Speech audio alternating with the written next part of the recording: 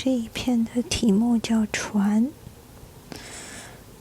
即使是现在，我有时4点醒来，还是满心恐惧，怕自己睡过了头，觉得父亲正在黝黑的楼梯下等我，觉得有石子打在窗上，那是赶着去海滩的人，在下面喝气暖手，还有不耐烦的跺脚声从冰冷坚实的土地传来。有时我从被窝里探出身，便寻不着袜子，话也说不清。突然意识到我只是可笑的孤单着，没有人在楼下等着我，码头外也没有船在不知疲倦地往来。这种时候只有床头烟灰缸溢出的灰色尸身，目睹着星火消亡，默然等候他们下一个同胞的殉灭。我害怕与死亡独处，便飞快地穿好衣服，大声清了清嗓子，把水槽上2个水龙头都旋开，让飞溅的水花继续制造些无谓的噪音。然后我出门去，走大概1英里的路，有个通宵营业的餐馆。如果是冬天，一路上极冷，到餐馆的时候，我常常淌着眼泪。女服务生很多次感同身受的也打个寒战，说：“天哪，外面该有多冷，你都在流眼泪呀。”是啊，我会回答，还用说吗？真的很冷。我们有那么3、5个人，总是在这样的时候出现在这样的地方，说些无关紧要又无甚趣味的闲话，聊作慰藉，数着黎明不情愿的姗姗脚步。天终于亮了，我吞下最后的咖啡，每次都满口苦涩，匆匆起身离去。到那个终点，我又开始担心会不会迟到，有没有干净的衬衫，担心汽车会不会发动，以及其他千百件值得担心的事情。在那个有名的中西部大学教书的人都会这样，可当时我就又清楚，那一天还是会平安地度过。10年来无一日不是如此。在清晨的昏明中，那些呼喊、话语、身形其实都不在那里，那条船也不在那里，都是幻影和回声，是隔着灯光孩童的手型在墙上印出的飞禽走兽，是屋外水桶承接雨滴时的絮语。那几帧画面像是从老电影的黑白过往中剪出来的。我知道有这样一条船，和我意识到身边这样一群人几乎是同一个时候，以同一个方式，而且我也一并知道，这群人的生计都仰赖在那条船上。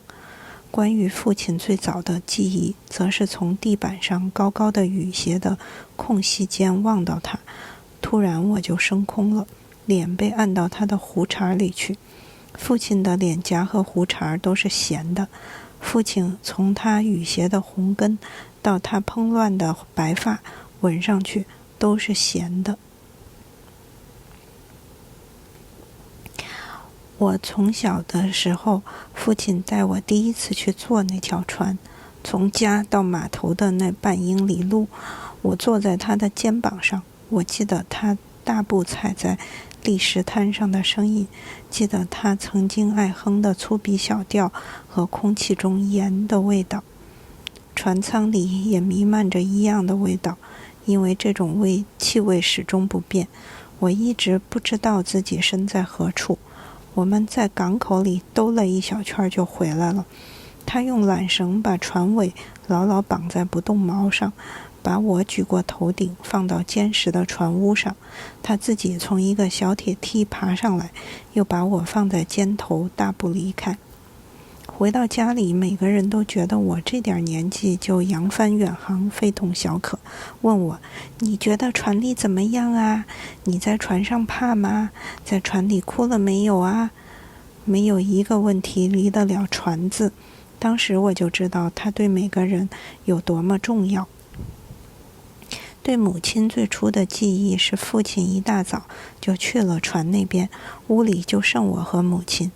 他似乎总是在修补在船上弄破的衣服，准备在船上要吃的食物，或者就是在我们厨房那扇面朝大海的窗口搜寻那条船的踪迹。大概到了中午，父亲会回来，他就会问：“嘿，今天船上怎么样啊？”这是记忆里我第一个会问的问题。哎，今天船上怎么样啊？哎，今天船上怎么样啊？我们生命中的这条船登记在霍克斯伯里港，新斯科舍人叫它贾岛船，设计出来就是让附近的小渔民能在春天捕虾，夏天捕禽，在之后还可以捕大西洋雪、黑须雪和无须雪，全是鱼的名字。船有32英尺长，9英尺宽，动力都来自于一个雪佛兰卡车的引擎。它有一个水上离合器和高速回动装置，船身漆成淡绿色，船头一侧印着黑色的珍妮林字样，船尾横着块长板，也刷着同样的字。珍妮林是我母亲的名字，如此命名是要让它作为一环接入到传统的那条长链中去。码头泊着的那些船，上面绝大多数是家中某位女子的名字。现在说起这些事儿，好像我当时就什么都明白了一样。什么船的尺寸、引擎的种类，我一下子都了然于胸。又好像我孩提时第一次去，一眼就看出船名是一个模板印上去的，一个是刷上去的。当然，事实远非如此。我学得很慢，而时间又总走得太快。我最先学到的是关于我们家的房子，以船屋为中心，一共有50栋左右的房子，绕着马蹄形的港口。我们家是其中之一。有些房屋靠海太近，大风浪时拍起的浪花能直接泼到窗上。我们和其他几户人家就住得稍远些。这里的百姓和邻近村庄的居民一样，都是因为对爱尔兰国内不满，或是因为苏格兰高地的肃清运动，或是美国的独立战争而来到这里，建起了屋舍。一些是随性异动感情的凯尔特人，信奉天主教，因为英格兰人去了他们的国家，他们就来到这里。一些是敏锐坚定的新教派清教徒，因为1776年英国人走了，他们也待不下去了，于是也来到这里。家里最重要的一间屋子是厨房，就是老式狭长的那种，取暖的炉子烧的是木柴和煤块，炉子背后有箱引火柴，旁边是个煤斗。厨房正中站着个笨重的木桌，有可以翻折的木板增减它的尺寸。5张木头椅子是家里人用各种刀具劈凿而成的。炉子对面靠着东墙有个中间陷下去的沙发，上面有个垫子用来当枕头。沙发上方是个架子，收着火柴、烟草、铅笔、旧鱼钩、零散的麻绳和一个塞满账单跟收据的吸罐。南墙没有其他，只有一扇朝向大海的窗户占据，只被一扇朝向大海的窗户占据。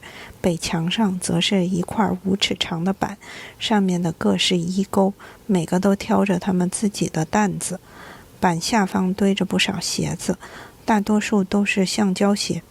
这面墙上还有气压计、一张水域图和放着小收音机的隔板。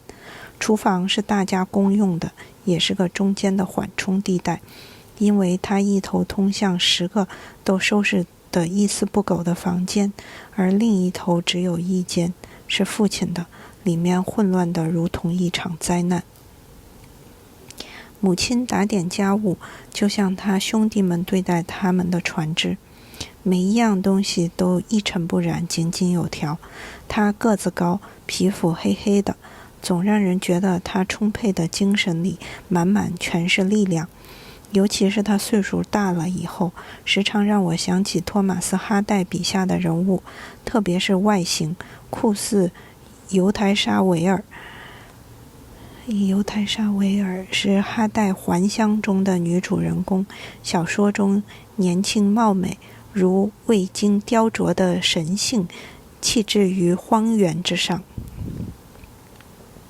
家里的7个小孩，他让每个人都吃饱穿暖，食物都是他准备的，甚至衣服大多也是他亲手做的。我家的园圃，他人见了都不敢置信，花开得华美，他养的母鸡、鸭子也是一窝窝的茁壮成长。他可以走几英里地，就为给家里摘些果子，而潮水落下的时候，他还会撩起裙子去挖蛤蜊。26岁嫁人时，她比父亲小14岁，有大概10年左右。她一直是当地有名的美人儿。母亲和她家族的人一样，是属于大海的。对她来说，所谓远景，不过就是她无畏的黑眼睛望去那海天一线的地方。厨房挂衣板和气压计之间就是父亲的房门，门后则是满满一屋的邋遢和凌乱，好比是常年在我们屋外喧哗的大风终于得以登堂入室，且独独进了父亲的房间，将里面卷得一片狼藉之后，又悄然撤离，重又在屋外故意大笑。父亲的床靠的是南墙，永远是乱糟糟，从没整理过的样子。或许上面是有被子的，但总是被他整个人压在下面。相比之下，他真正钻到被窝里去的时候反而不多。床边上放着一个褐色的小圆桌，上面堆着一个古老的鹅颈台灯，一个破旧的收音机，一朵火柴，1-2包烟草，一叠卷烟纸和满满当当的烟灰缸。桌子和桌下的地面上撒满了如幼虫般棕色的烟丝和烟灰的白点儿。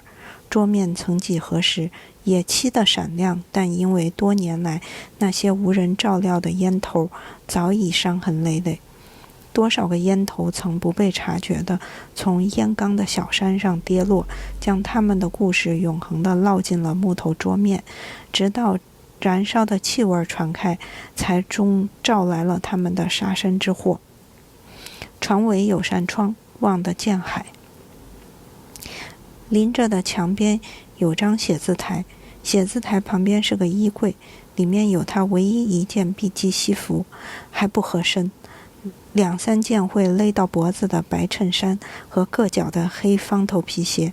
有些衣服对他更友好些，比如他厚重的羊毛套衫，母亲给他织的手套和袜子，羊毛加鹿皮的衬衫。不过这些衣服他都随手堆在房间里唯一一张椅子上。如果他躺在床上的时候正好有客人进来，他会让别人把衣服都扔地上，把椅子空出来坐。杂志和书覆盖了整个写字台，甚至在椅子上还要跟衣物抢夺地盘。小圆桌本来已经很英勇，他们却还要再加重他的负担，而收音机上难免也要顶几本书刊的。床底下那个像是窑洞般神秘莫测的空间也已被塞满。写字台边上的墙角，书从墙上洒落，从地板上叠起。杂志是最常见的那几种：时代周刊、新闻周刊、生活、麦克林、家庭先驱周报、读者文摘。麦克林是加拿大最具影响力的杂志之一，风格类似时代周刊。然后那个家庭先驱周报是一本关注加拿大农村生活的周刊，1857年创刊，20世纪60年代停刊。他们的到来往往要归功于各种各样的订阅促销活动，以及圣诞时会有的订阅礼包，2年杂志仅需3块5。书的品种就比较杂，有几本富丽堂皇的精装书，有几本曾经让人眼前一亮的当月好书，其中有些是圣诞或是生日礼物，但大多数都是二手的瓶装书，是从会在杂志最后做广告的二手书店买的。各类二手书10分家园一本。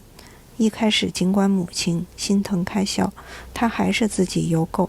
后来我的几个姐姐都搬到城里，常往家里寄些书来，父亲自己买书的次数就渐渐少了。特别是早先收到的书目五花八门，有时十分诡异。米奇斯皮兰、欧内斯特、海考克斯会和福克纳、托斯妥耶夫斯基狭路相逢。米奇斯皮兰是这个人怎么写的？1998至2006年，美国犯罪小说作家。欧内斯特·海考克斯，1899年至1950年，美国西部小说作家。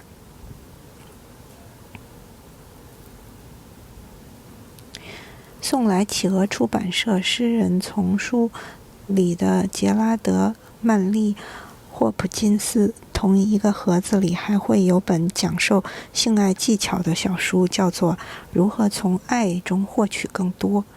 前者有人用极蓝的钢笔和优美的书法做了详尽的注释，后者也被人仔细研读过，且显然此读者拇指肥硕，所以页边上的指印至今清晰可辨，只需轻轻碰触。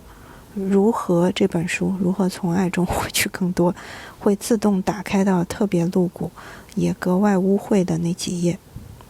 当他不在船上的时候，父亲大多时候都穿着袜子躺在床上，裤子最上面2个扣子总是解开的，而那张椅子也总是从旁待命，随时准备接受扔来那件衬衫。他一年到头穿着羊毛内衣，袖子会被卷到手肘处，枕头放在脑袋后，衬着他的白发，额颈灯照亮他手中的书，烟灰缸里始终有烟头明灭着，丝丝缕缕地升腾起来。桌上的收音机始终开着，有时响些，有时轻些。午夜或1点或2、3点、3、4点，人们会时而听到广播，听到他的咳嗽，听到看完的书被扔到墙角书堆时在空中扑腾的声响。他似乎从来不睡觉，只小憩，而他窗口的光亮整夜地照向大海。母亲鄙视这个房间和这个房间代表的东西。我出生之后，他就再没有在那里过夜。他鄙视的其实是混乱，不管是房间的混乱、房子的混乱、作息的混乱，亦或是人生的混乱。而且他高中毕业之后就再没有翻开过一本书。高中的时候他读了艾凡赫，觉得完全是浪费时间。但不管怎样，房间依旧在那里，如同在空阔的深水港口之下，藏着一块誓不随波逐流的暗礁。厨房是我们的生活所在，父亲的房门朝厨房常年敞开，我们对里面的情况一清二楚。家里的姑娘都很美，她们都像母亲，身材高挑纤细，五官精致，再加上有紫铜色微微泛红的头发映衬，更显得面容姣好。据说这是父亲头发的颜色，当然他现在已是满头洁白了。他们读书也很聪明，回家还常帮母亲分担很多家务。都是孩子的时候，他们经常唱歌，无忧无虑的，对我也很好，因为我岁数最小，还是家里唯一的男孩。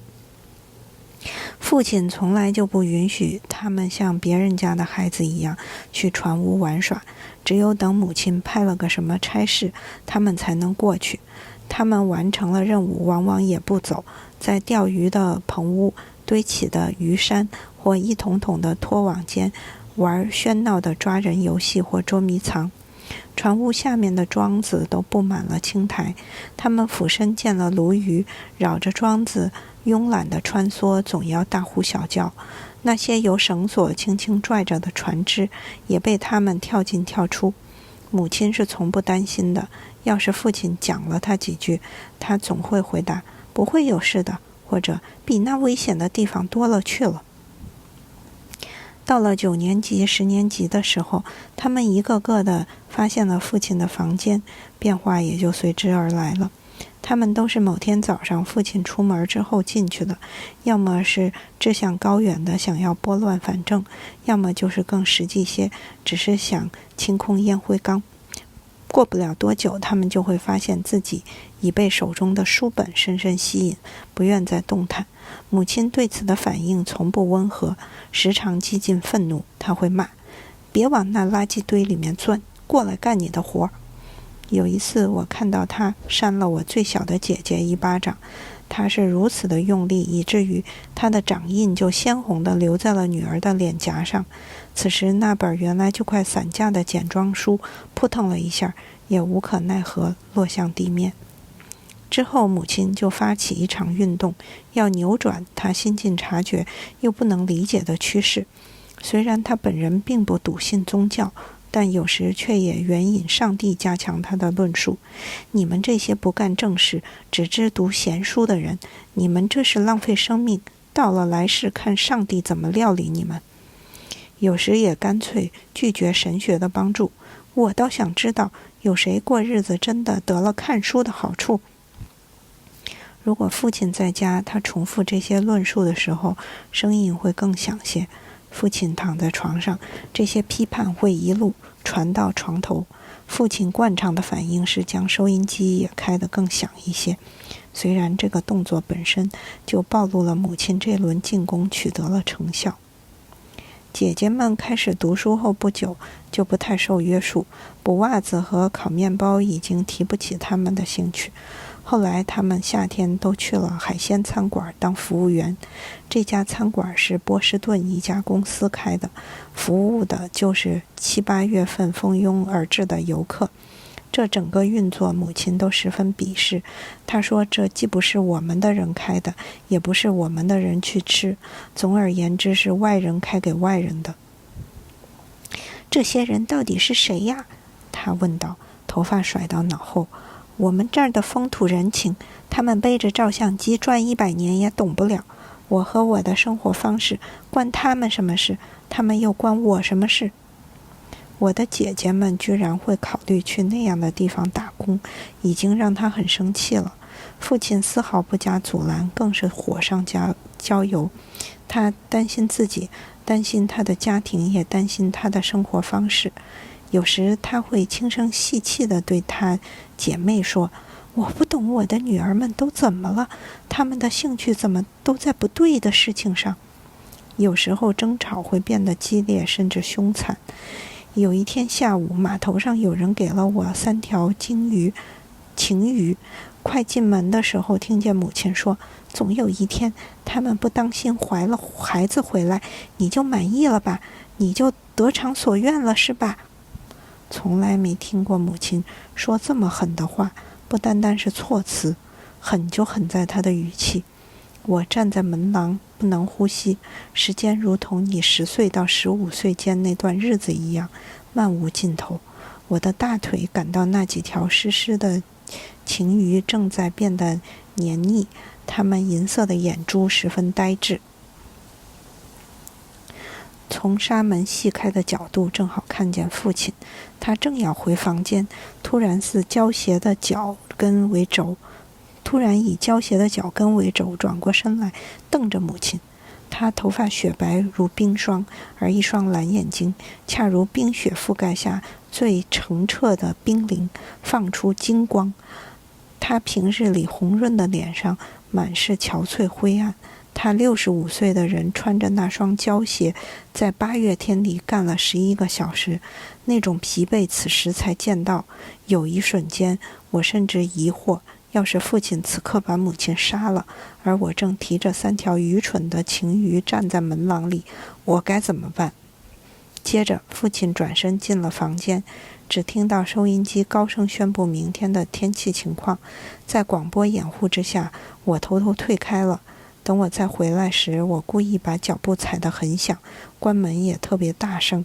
母亲正在炉灶旁忙着，我把鱼扔进锅子里，她也没抬头。我朝父亲的房间看了看，问：“嘿，今天船上怎么样？”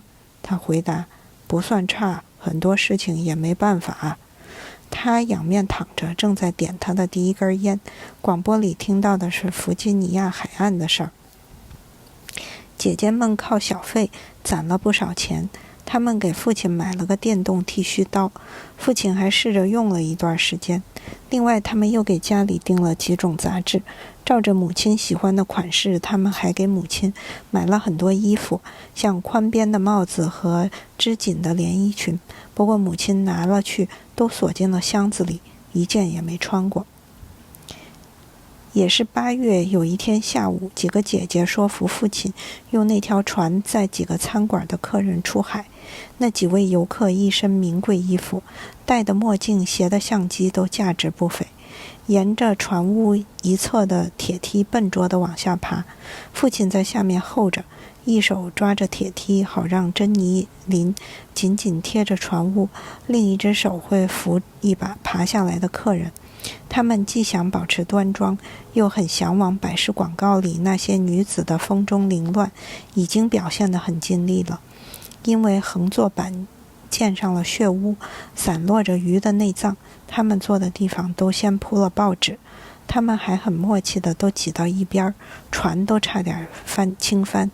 拍照自然少不了，或者他们只是伸手去划破那如梦似幻的水面。父亲很受欢迎，在港口里绕了几圈回来。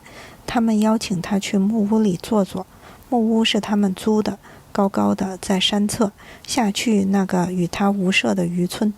面对着醉人的景致、陌生的同伴和饮之不尽的烈酒，父亲大醉。那天下午晚些时候，他开始唱歌。我正好去码头传达母亲的召唤，快到的时候，父亲开始唱了。那个熟悉而又陌生的声音从木屋沿山坡滚滚而下，我的感受前所未有。或许那种感受一直都在，只是我没有意识到。我既觉得骄傲，又感到羞恼；既觉得年轻，又感到迟暮；既觉得自己得到了拯救，又感到无止境的迷惘。对于颤抖的双腿和流泪的双眼，我无能为力。有些东西我无从说起。游客们都装备着录音机，而父亲一唱就是3个多小时。8月炎炎，港口一片蔚蓝，不似人间。父亲浑厚的歌声传到山脚，从水面弹起，隐没于码头和棚屋间。那里有人在为明天捕鱼装上诱饵。水手们过去唱过的号子他全唱，这都是从旧世界带来的。曾经唱这些号子的人也和他一样，世世代代都拉着铅绳。然后他又唱了东海岸那些歌颂诺森伯兰海峡捕海豹船的曲子，以及大浅滩、安第克斯地岛、塞伯尔岛、大曼南岛、波士顿海湾、南塔基特岛、布洛克岛为沿绳钓鱼所做的歌。慢慢的，他又换成盖尔语的饮酒歌。这些歌动辄20-30段，加上省不掉的副歌，听上去就像永不会完结似的。棚屋里的人有时听着便要发笑，既是因为其中一些粗鄙的歌词，也是因为想到父亲身边的人在鼓掌，还录下来要带回古板的波士顿，其实根本不知道唱的是什么。又晚一些，日落西山，父亲转向挽歌，唱起狂荡不羁又萦绕不散的盖尔语战曲。歌里唱的是他也没见过的人，那些来自苏格兰高地满身血污的祖先。歌声指意300年催人心魄的忧患，拢着宁静的港口，舟和人都不作声。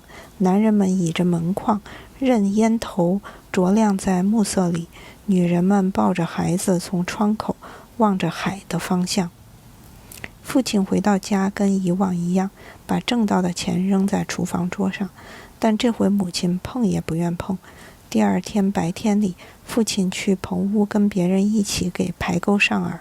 晚上那些游客来，母亲堵在家门口，告诉他们父亲不在。虽然他就躺在几英尺外的床上，抽着烟，听着收音机，母亲就那样站在门口，直到他们悻悻然离开。冬天的时候，他们寄来一张照片，就是唱歌那天拍的，背面写着赠予我们的欧内斯特·海明威。我们2个字还加了下划线。一同寄来的还有一封信，说他们当天有多尽兴，回去之后那盒磁带又有多受欢迎，还解释了欧内斯特·海明威是谁。这张照片从某种角度上说，倒是有些像海明威胡子拉碴在古巴留下的影像。父亲在相片里显得异常魁梧，跟他坐的那张白绿相间的沙滩椅相比，他的渔民服实在过于肥大，而他那双套鞋也似乎覆盖了整个精心修剪的草坪。一把沙滩遮阳伞摆在他晒伤的脸庞，有些不伦不类。父亲的嘴唇春天刮风会皲裂，到了夏天烈日被水面反射，他的嘴唇又会被晒伤。照片上，因为父亲已经唱了有一会儿了，可以见到他嘴角和白色的牙齿上有星星点点的血迹。为了防擦伤带的铜手链在照片里看起来大得异乎寻常，宽皮带松开了一些，后衬衣和内衣也完全在领口处解开，露出灰白无杂的胸毛，就快要接上合颈处尚未完全失控的胡茬。他的蓝眼睛径直对着镜头，他头发白过他左肩头2抹微云。海就在他身后，那平旷的蔚蓝一路延展，直到某处与那同样蔚蓝的苍穹相逢。这些似乎都离父亲很远，亦或是父亲太突出前景了，让海都显得小了。每一年我都会多一个姐姐开始读父亲的书，开始在餐厅打工。有些颇不凉爽的夏夜，他们很晚回来，在台阶上，母亲总会问很多冗长尴尬的问题，每个姐姐都很厌恶，避之不及。上楼梯前，他们总要先去一下父亲房里，于是我们这些在楼上候着的人就会听到，为了空出那把椅子，衣服被扔到地上的声音，或者听到吱呀一声，表示姐姐坐到了床沿儿。有时他们会聊很长时间，稀索的说话声和收音机里的音乐聚成一团神秘的雾茧，轻柔地拾级而上。我的叙述大概又会让人觉得这一切都是同时发生的，而我的姐姐也是一样的年纪，如相同赴海的旅鼠般共同进退，所以我只好再提醒一次，事实并非如此。不过他们的确是一个个都走了，去波士顿，去蒙特利尔，去纽约。和他们一起的年轻男子也都是在夏天相识，而后在某个远方的城市婚娶。他们都谈吐不凡，仪表堂堂，穿考究的衣服，开名贵的车。而我的姐姐们，我说过的，都很高挑，都有一头同色的头发，很漂亮。另外，他们也都厌倦了补袜子和烘面包。他们一个个都走了，每一个女儿，母亲都拥有了15年，而失去他们的岁月，从那2年一直延长到永远。他们都没有嫁给渔民。至于那些年轻人，母亲一个都没有看上过。在她眼中，这些男人身上有的不过是懒惰、柔弱、狡诈和未知。他们似乎从来不用干活，而母亲也从未理解过他们这些奢豪的假期，不知道他们从哪里来，也不知道他们是谁。到头来，他也并不在乎是否弄清这些事情。他们总之不属于他所认识的人，也不属于他所认识的海。说起来，自己当时是何等的愚蠢！我那时10岁出头，居然会以为我将一直这样无拘无束下去，可以继续在学校名列前茅，自得其乐，再去船上帮些忙。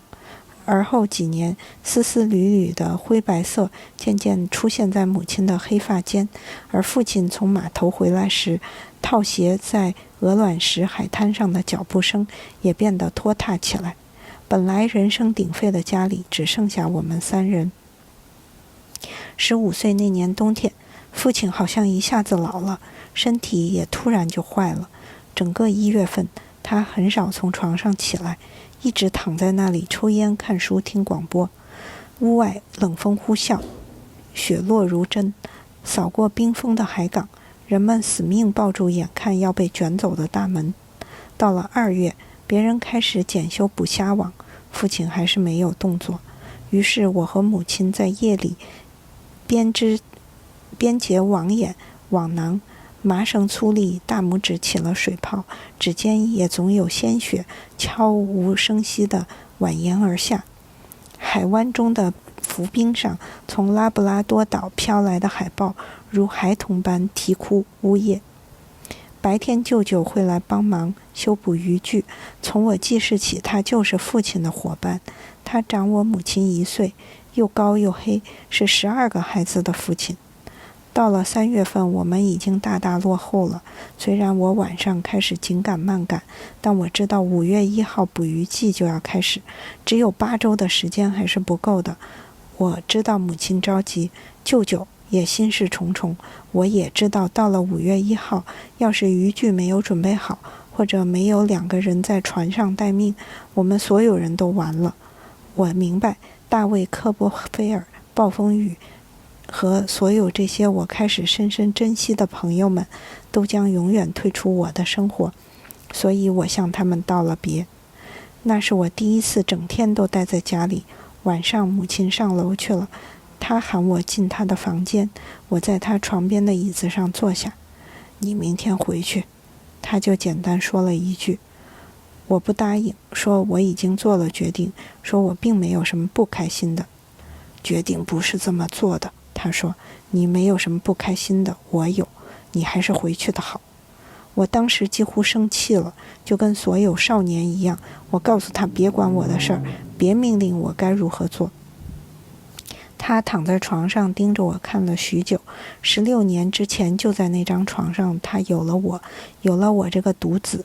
当时他56岁了，天晓得生我时头发已然雪白的他有着怎样的心绪。床响了一声，他把腿甩过来，坐在床沿，正对着我。他眼睛蓝得透彻，正对着我黑色的眼睛。他2只手放到我膝盖上，柔声说，我不是要命令你什么，我只是请求。第2天一早，我要回学校。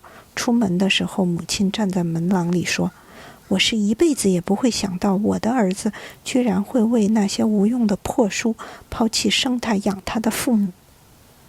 接下来几个礼拜，他奇迹地起身了，工具都已经准备妥当。珍妮林4月中旬重新刷过。5月前的2个礼拜，冰开了，孤单的海鸥呼啸而归来，海中隐现的银飞又不得安宁了。5月第1天和往常一样，渔船驰向大海，舱里满载渔网，一直垒到船舷。渔网如活物一般跃入春水中，洁白晶莹或碧绿透彻的冰山依然浮动左右。渔船腾挪其间，寻往去年前5月的旧去处，而我们这些人坐在山上的高钟里，讨论丁尼生笔下水的意象，眼睛却望着他们在底下来来回回。直到下午，码头上的渔网都消失去了海床上，珍妮林也在他们中间。一整天，舅舅如同塔斯蒂哥转世，双腿岔开于船柄一侧，操纵渔船在浮冰间行进，驾轻就熟。塔斯蒂哥是梅尔维尔白鲸中的人物，就是《莫比迪克》里面小说中如此描述。塔斯蒂哥使用手中的标枪，比他的祖先们使用手里的弓箭更为熟练。他娴熟的战斗技巧和他浑身茶色的肌肉，总让人想起魔鬼的形象。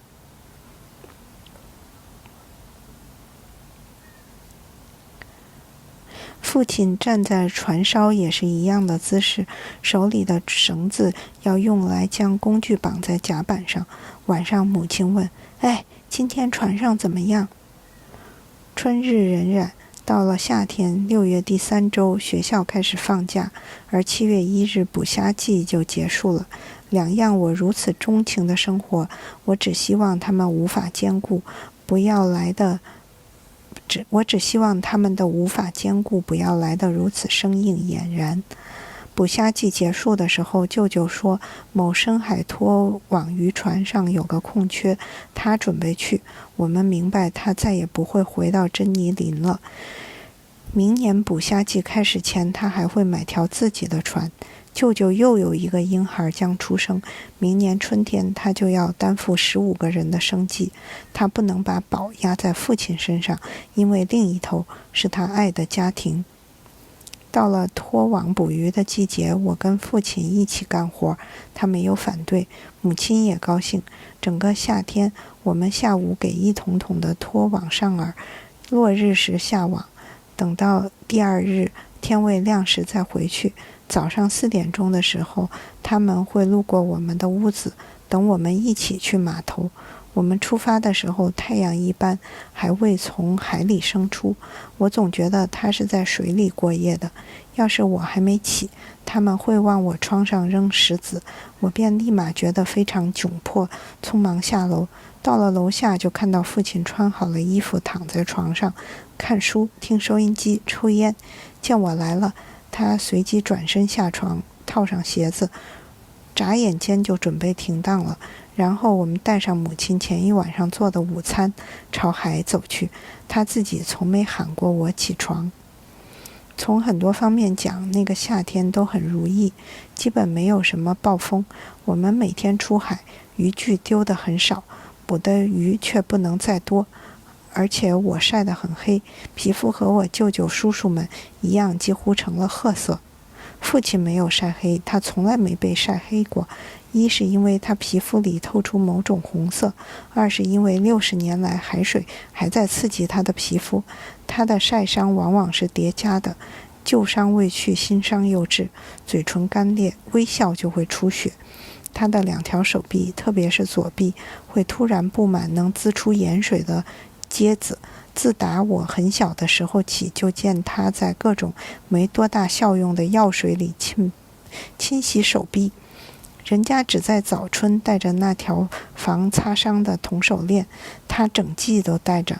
他每周只剃1次胡子，总极为疼痛。就在那个夏天，很多我看了一辈子的东西，却如同是第一次见到。我想，父亲不管是体质还是心性，大概从来就不应该做渔民。至少，父亲不像叔舅们，他从未以此为乐。记得一天夜里，在他房间里聊大卫·科波菲尔，他说他一直以来的愿望是去大学念书。当时我便不在意，如同某家的孩子得知他父亲的理想是去演杂技、走钢丝，我们的话题就接着转到佩葛蒂一家，说他们是如何热爱大海。佩葛蒂是大卫·科比菲尔中的人物，是他的保姆。他哥哥是个贫寒的渔民，就住在一条搁浅的船上。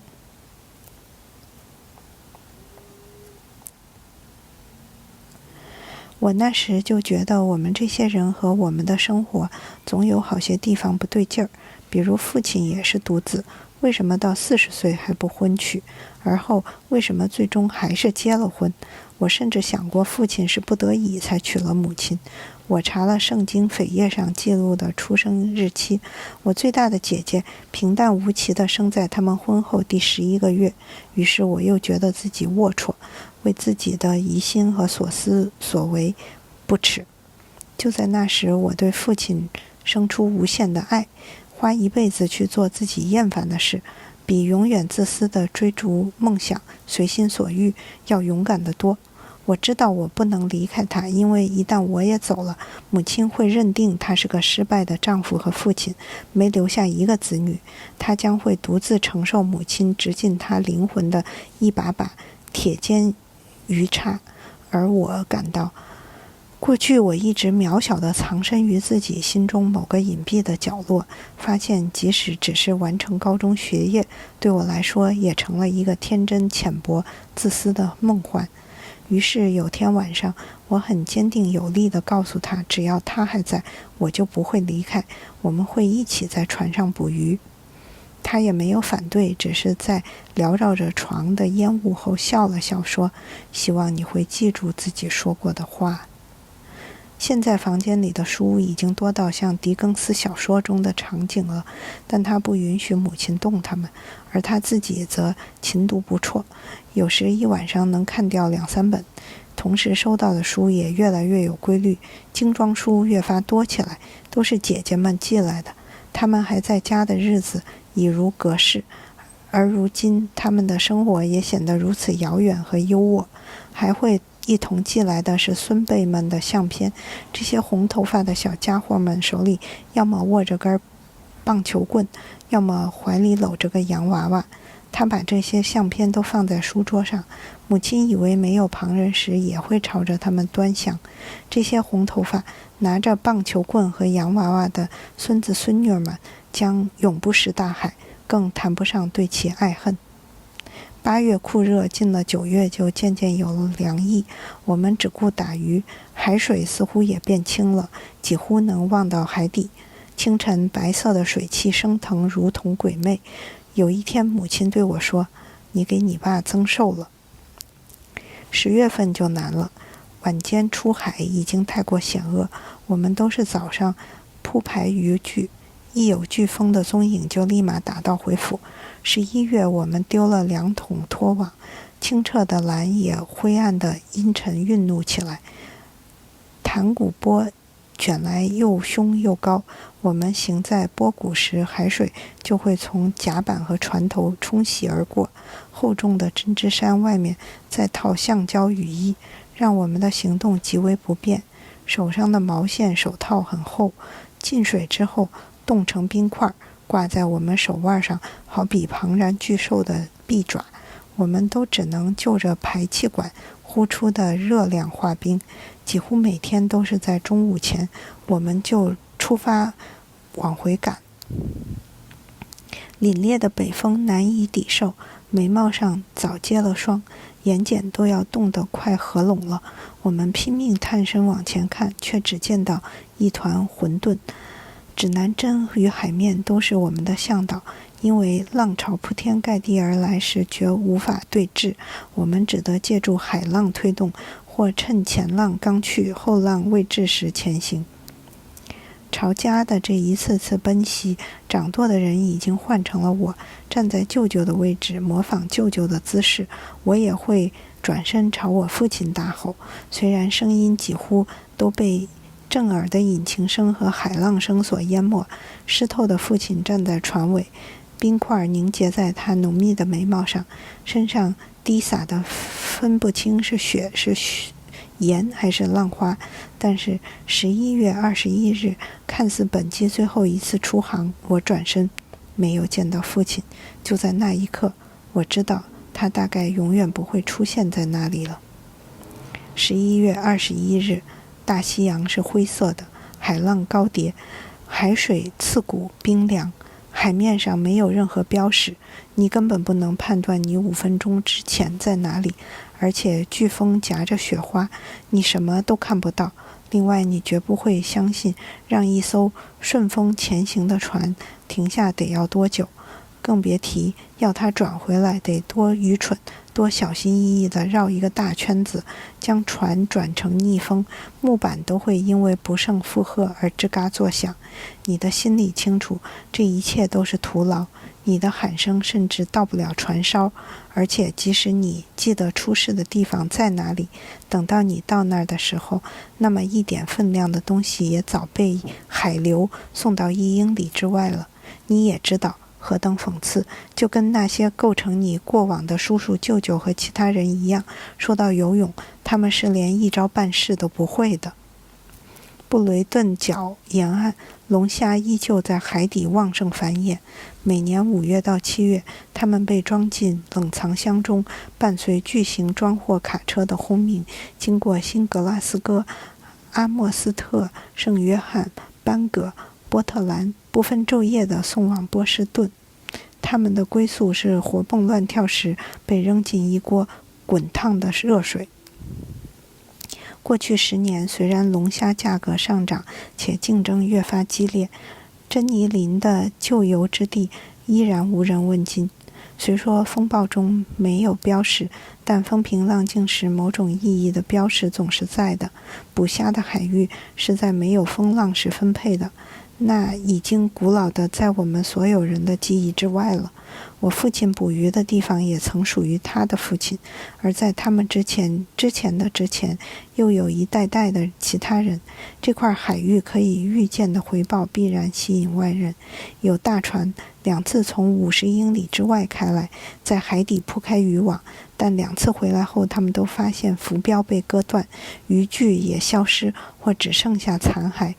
每次渔业官员和加拿大皇家骑警都会赶来，问很多冗长又掺杂不清的问题，可他们得到的回应永远只是沉默的倚在棚屋门口的男人和同样沉默抱着孩子站在窗后的女人。每次离开时，他们都会说，海域的划分是没有法律依据的，海洋不归任何人所有，那些水域并不在等任何人。但那些男人和女人，包括我阴沉的母亲，从不在意他们说了什么，他们只知道这些海域是神圣的，而且他们的确在等，他们在等我。母亲靠微薄的保险赔偿独自生活，又因自尊拒绝任何其他的帮助。每念及此，我便不知如何自处。孤窗之外，不管是冬天的冰雪、平和压抑的酷暑，或是到了秋天风起而浪涌，母亲只是一个人望着，天还未亮她就醒了，听着屋外通向码头的砾石路上交械声经过。她知道脚步不会停的，因为她家没有人要加入队伍，所有邻家人，只有她没有儿子或女婿会出门走向渔船，那条会带他们入海的船。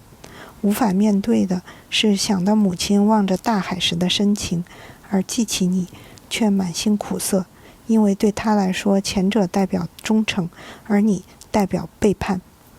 但无法面对的还有11月28日，往北10英里，父亲被找到了。他曾多少次被海浪抛起，砸向布满乱石的悬崖，最终夹在2块巨石之间。他的双手双脚都已经被撕碎，他的鞋早被海水吸走。当我们想把他从石头间拖出来时，他的肩膀也在我们手中变得不成形状。海鱼咬掉了他的睾丸，海鸥啄走了他的眼珠，他曾经的面孔如今只见一团肿起的紫色皮肉，只有他白绿相间的胡须不问生死，继续生长，如同坟上的野草。父亲就躺在那里，腕上还挂着铜链，头发里长起海藻，他的身体其实没剩下多少。